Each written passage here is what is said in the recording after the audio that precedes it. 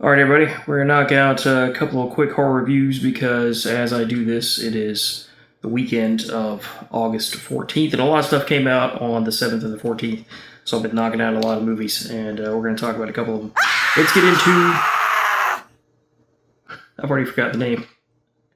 Let's get into The Last House and also Big Baby. A little bit of housekeeping stuff before we get into it. Do all the standard stuff, the like and the subscribe, and the... Oh my god, the cat's here. Can I do a video without interruptions for once? Ah, okay. She just ran up. Yeah, hit the like and the subscribe and all the shares and the comments and all that stuff that you do because I want to grow the channel. And like I said, I will be churning out weekly videos. Matter of fact, you might even see 2 this week. We'll see how it goes. Because your boy, as of last week, is newly unemployed, and we're going to get these numbers up. This is all I got. And unless this one goes out and gets a job, we're going to be in trouble. We'll be out in the corner with Kiki getting that burger money. Oh my god, I heard Kiki's spending all her time on the corner trying to make a little extra burger money. What do you think? All right, let's talk about The Last House. Good stuff, good stuff. It was fun. Came out on Netflix the last week. And not amazing, but it's worth a watch. It's kind of dumb, but in a fun way, and I'll get into it.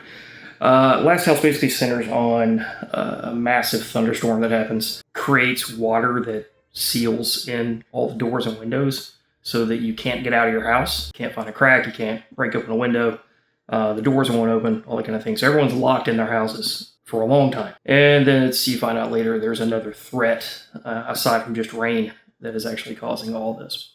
So it's about a family that's locked in the house. Immediately, the dad, kind of annoying, is my worst part of the movie, I think, because he's incredibly erratic, and his whole solution to everything is just break it. Just break through the windows and just flip out and have temper tantrums and be a problem. But then later he gets a little smarter, and I'll get into that in just a minute. Everyone's confused at first. They're trying to communicate with their neighbors through the windows. They're trying to come up with solutions. They're doing the math on how much food and water they have that they can use to survive. And then eventually they start turning on each other and eventually start making some of the dumbest decisions possible. There is a bit in the movie in which they talk into each other with walkie-talkies, and you hear someone on the other end talking on the walkie-talkie trying to give very important information, and they're not listening to each other, and you're screaming at the screen, just listen to the walkie-talkie. Your whole thing here is that you need to be communicating with the freaking walkie-talkies. No one's listening because they're saying, just if you would listen to what they're saying, you wouldn't be in this predicament. God, it's just a lot of that. It's a lot of just dumb people making dumb horror movie decisions. I will praise it, though. There is one thing that I was happy about, is that for this kind of thing, where there being this external threat and there are monsters outside, you figure out what's causing all of this. The obvious thing to do that you've probably seen done in these situations a million times is like, oh, it's aliens. Of course it's aliens. It's always aliens. Well, this is sort of a semi-spoiler. It's not aliens. It's actually a somewhat original idea, I think. So I'll give them props for that. I actually didn't see that coming at all, when you find out what the threat actually is. Also, as long as I'm complaining, there is a bit in which one of the characters desperately needs some antibiotics, and then someone goes to get the antibiotics, and they have one job, which is just to hang on to the antibiotics. I'm sure you're probably ahead of me. They don't hang on to the antibiotics. And they make it out like it's kind of a life or death kind of situation. And then I'm going to need, if you can, tell you what, if you've seen it and you're in the comments, let me know what happens with that, because I don't remember how that was resolved. Antibiotics are lost. Stuff goes down. And it's never mentioned again that this person desperately needs the antibiotics to live. They just kind of forget about it. Unless I'm wrong. If I'm wrong and there was a throwaway line where they explained all that, then let me know. So on the plus side, in terms of dumb people doing dumb stuff, one very smart thing they figured out is that they can actually send things up and down the chimney. Luckily, the dad has junk laying around the garage, and then he starts using that to build traps that they send up and down the chimney. They send just up and out the chimney onto the ground. So he invents a whole system for chimney fishing to catch food, and it's actually pretty ingenious. And there is one throwaway line that I didn't buy that explains why they can't just go out the freaking chimney. Clearly they can send stuff up and down. They got kids that are kind of small. Just find a way to get out the chimney. And I'm not buying it. They could have gone out the chimney. Maybe again in the comments, let me know why they couldn't go out the chimney, but I'm not buying that they couldn't go out the freaking chimney. Now, there would have been trouble. There was trouble out there because it was kind of a missed situation, but still, you could have gone out the chimney. Also, on the plus side is that there is a bit where there is a setting booby traps montage, which I'm always a sucker for, like in the vein of like, Nightmare on Elm Street and Home Alone and all that. So I'm always down for a good booby trap. The special effects are actually pretty impressive considering what they are. I don't know what kind of budget was on this thing. It's a Netflix movie. The characters are unlikable to a degree, but it's worth a watch. So I'm giving her 3 Harrison Fords out of 5. I'm going to have to put you down. I'm sorry. I'm sorry. You're kind of... Ugh. Here, say goodbye. Bye. Go. Be free. Next up was Big Baby, directed by Spider-One, who's the frontman for Power Man 5000. And this is the first thing of his I've ever seen that he directed, so I actually did not know he was a director, but I'm going to get into that also a little bit more. This one did it for me a lot more. I really dug this one. It centers around a screenwriter called Adam, who is struggling to figure out what his next movie is going to be. He lives with his girlfriend, who's incredibly supportive, and he listens to a podcast hosted by a couple of guys who critique horror movies. And it's your typical annoying film bros who just sort of don't like anything, and there's no pleasing them. And if you're part of the horror film community, and even I would say the Star Wars film community or the Star Wars scene, which I am also, because I'm a massive horror fan, obviously, but I'm also a big Star Wars guy and comic book collector.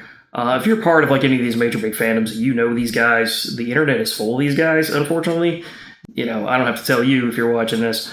There is a certain corner of the internet of content creators who I think only exist basically to just hate everything. Sort of middle-aged white neckbeards that can't handle it if, God forbid, like a woman or a person of color shows up in their nerd thing and it ruins everything and they can't watch it again, and I'm not ever going to see anything by Disney put out again, and Star Wars is ruined and my childhood's ruined and I can't handle it. And the MCU is taking over everything. So yeah. But this ain't that kind of channel. So anyway, so there is a sort of commentary in this about that kind of thing, and it's done very well, and I was really impressed in the first 30 minutes. There are some great scenes in which he comments on it, and he runs into the podcasters. He confronts them in a way. And I can't be the only one that's going to draw comparisons between Kate and Baby Firefly and what Sherry Moon Zombie was doing in Rob's movies, which is, weird because Spider-Man and Rob are brothers. So it's it's almost like he has his own little baby in his movie. It could be a reach. It may just be me, but if you watch it, you might see some comparisons there. He starts having dreams of this slasher villain, this new killer called Big Baby, and that gives him inspiration to what he's going to write in the next screenplay. And so this other cool thing that happens that I'm a huge sucker for every single time, which is that it's sort of a not really breaking the fourth wall, but it's like a meta type thing where fiction starts coming into reality. So it's one of the reasons why Wes Craven's New Nightmare is one of my favorite in the Nightmare series, is that whole idea of I've created this thing, but then it's starting to come into the real world. And so that, sure enough, that's what starts happening. Big Baby is this character he created that he dreamed up, and he starts writing into a screenplay, and this gets inspiration, and then Big Baby starts actually killing people. So it's not an incredibly complex movie. It's got basic things to say, some fairly basic commentary on nerd culture and fan culture, and how fiction can kind of bleed over into reality a little bit too much, and we blur the lines to where we can't tell the difference of the two. And so Big Baby sort of becomes an embodiment of that. So the characters that kind of break over into our world then start to plead with him to affect their fate, because he realizes that not only is Big Baby sort of coming over into our world, but also his victims. And with him being in charge of the screenplay, he can affect what happens to them. And so they start communicating with him, which I thought was a really, really cool device. In that way, it kind of reminded me of a 2015 film called The Final Girls that also kind of tackled that same sort of idea where horror and reality sort of mixed, and it tackles tropes of slasher films and things like that. I think it's highly slept on. A lot of people didn't see The Final Girls, and you definitely should check that out. That's my side rec for this video. So yeah, like I said, this is the first film by Spider-One that I've seen, and I was really impressed by it. I didn't realize he actually had churned out a few, and it led me to check out Little Bites on IMDb. And if you've seen Little Bites, let me know if I need to see it, because this is a cool-looking cast, and I think I'm going to be checking that out really soon.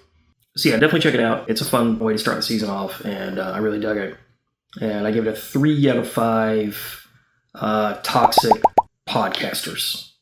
So that's it. That's 2 recent horror movies from the last couple of weeks. Pretty solid little ways to officially kick the season off. Like I said, I got another one coming up probably later in the week. The season's amping up. I'll be putting my decorations up really soon. The season's here, man. It's been here for like a month, officially, I think. So according to retail on the internet, so we're in it now. Also, bonus side rec. Goth side rec. Check out this band, friends of mine, Tears for the Dying, if you're not familiar with them. Athens-based duo churning out some of the best goth and death rock that you're going to hear. A lot of people have tried to sort of be the next Roz Williams or the next Christian Death. Some have come close, and I'm not saying this just because I'm friends with them. This was my opinion before I ever even met them. I would say that they are the closest we're going to get to another Christian Death, and definitely to another Eva O. A lot of Eva O inspirations going on there. That was my opinion when I first discovered them in 2022, and they put out what I thought was the best album of the year then. And I've been lucky enough to do some gigs with them and book them and hang out with them since then. And friends of mine, amazing people. And they just put out a new track called World's End that has a lot to say about sort of where society is right now. And check them out for sure. Tears for the Dying. Probably doing a lot more of that in the channel, especially as we get closer to the return of Entries Goth Radio, which I guess I can go ahead and say in this video. I wasn't planning on it, but I just found out today that Entries Goth Radio officially makes its return to the airwaves on August 29th, and that's on WUSC 90.5 FM out of Columbia, South Carolina, where I've been doing the show for close to 30 years almost. I took the summer off, but I'll be back in a couple weeks, so I'll be talking a lot more about that as we get closer. You can listen to the show live. You can check out all the recordings at the podcast, which I'll link below in the description. That's got all my socials and a place to go listen to the radio show, so go check that out. All right, that's it. Keep it spooky.